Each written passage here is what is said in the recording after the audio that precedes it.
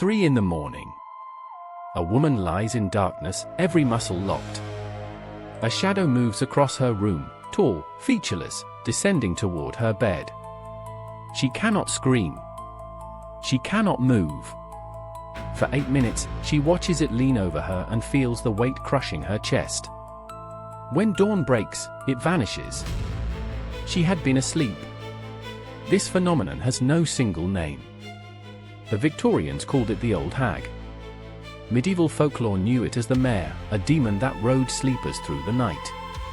In contemporary accounts, witnesses describe the shadow man, a dark, humanoid presence that materializes at the edge of consciousness, silently terrifying thousands every night across the world. In 1984, folklorist David Hufford published the most comprehensive study of this phenomenon ever undertaken. He interviewed over 400 witnesses across North America and Europe. The accounts were strikingly uniform: paralysis, a dark figure, crushing chest pressure, an absolute certainty that what they experienced was real, not a dream, but something present in the room. The witnesses came from every demographic.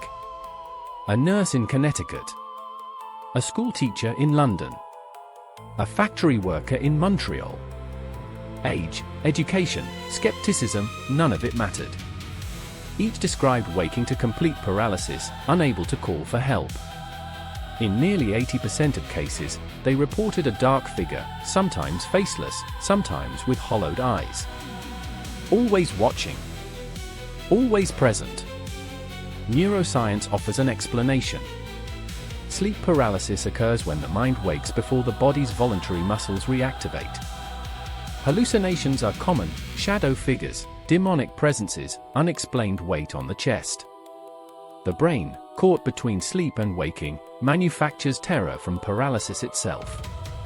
But one question remains: why are the hallucinations so consistently identical across cultures, centuries, and continents? Consider the medieval accounts.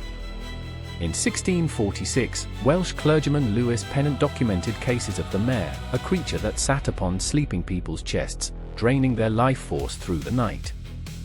3 centuries later, the accounts remained identical.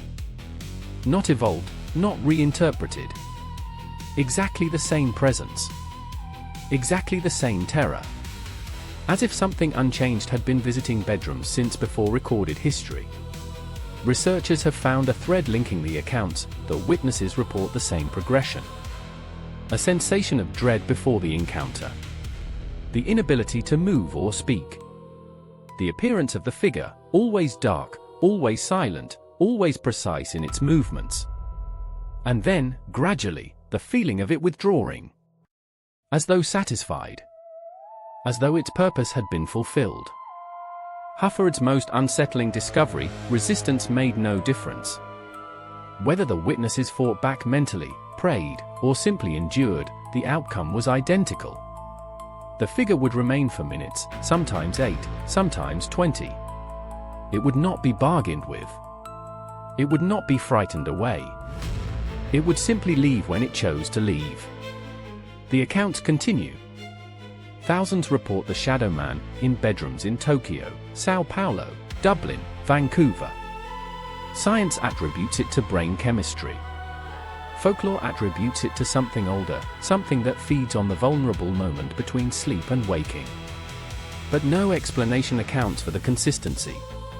No theory explains why identical encounters span centuries and cultures. Why, in the dark hours, the same figure appears, waiting for that moment when we cannot move. The question lingers in the darkness, waiting. What visits us in the paralysis between dream and waking? What stands silent at the edge of our consciousness, patient and purposeful, in bedrooms every single night? Do you believe what you just witnessed? If not, tell us why in the comments below.